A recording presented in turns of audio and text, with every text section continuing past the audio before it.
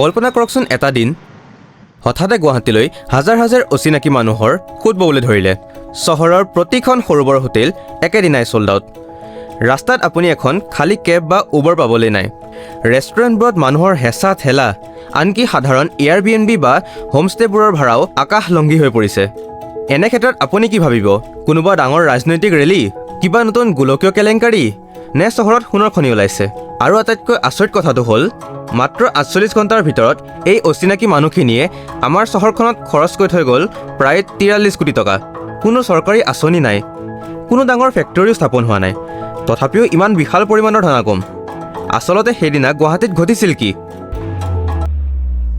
সেইদিনা কোনো মেজিক হোৱা নাছিল বন্ধুসকল। সেইদিনা মুখত টেটু আঁকা এজন মানুহ গুৱাহাটীলৈ আহিছিল আৰু এটা মাইক হাতত লৈ মঞ্চত উঠিছিল। মানুহজনৰ নাম আছিল পষ্ট মেলন। হয়, মই যোৱা বছৰ হৈ যোৱা সেই মেগা ইভেণ্টটোৰ কথা কৈছোঁ। আৰু এই যি ৪৮ ঘণ্টাত ৪৩ কোটি টকাৰ যাদু আপোনালোকে দেখিলে, ইয়াৰ নামেই হৈছে কনচাৰ্ট ইকনমি, অৰ্থাৎ কনচাৰ্ট অৰ্থনীতি। দৰ্শকসকল, অসম এতিয়া কেৱল চাহ আৰু পৰ্যটনৰ ওপৰতে নিৰ্ভৰশীল নহয়। আমাৰ ৰাজ্যখন এতিয়া লাইভ মিউজিকৰ এক বিশাল ইণ্ডাষ্ট্ৰী হ'বলৈ গৈ আছে। আপুনি যদি ভাবিছে যে কনচাৰ্ট মানে কেৱল ৫,০০০ টকা দি টিকট কিনি গান শুনা, তেন্তে আপুনি আচল খেলখন ধৰিবই পৰা নাই। মঞ্চত গান গাই এজনে, কিন্তু সেই গানৰ আঁৰত পেট ভৰে হাজাৰজনে।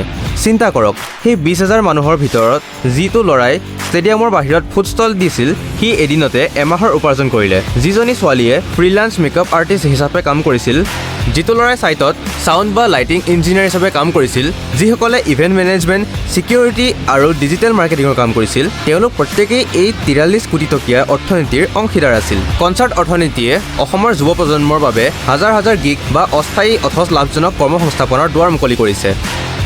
আৰু শুনক, এইটো মাত্ৰ আৰম্ভণিহে। অহা নৱেম্বৰত গানছ এণ্ড ৰ'জেছৰ দৰে বিশ্ববিশ্ৰুত বেণ্ড অসমলৈ আহিব বুলি চৰ্চা চলিছে।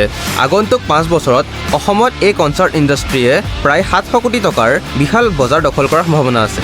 গতিকে মোৰ প্ৰশ্নটো হ'ল, আপুনি কি কৰিব? আপুনি কেৱল ইনষ্টাগ্ৰামত ষ্টৰি দি দৰ্শক হৈ থাকিব, নে এই ৭০০ কোটি টকীয়া ইণ্ডাষ্ট্ৰীটোৰ এজন খেলুৱৈ হ'ব? আপুনি এজন ব্লগাৰ হ'ব পাৰে, ফটোগ্ৰাফাৰো হ'ব পাৰে, বা গ্ৰাফিক ডিজাইনাৰো হ'ব পাৰে। নিজৰ স্কিলবোৰ সাজু ৰাখক, কাৰণ পৰৱৰ্তী ইক'ছিষ্টেমটো আমি চলাব লাগিব। মিউজিক এতিয়া কেৱল আৱেগ নহয়, মিউজিক এতিয়া আমাৰ ব্যৱসায়।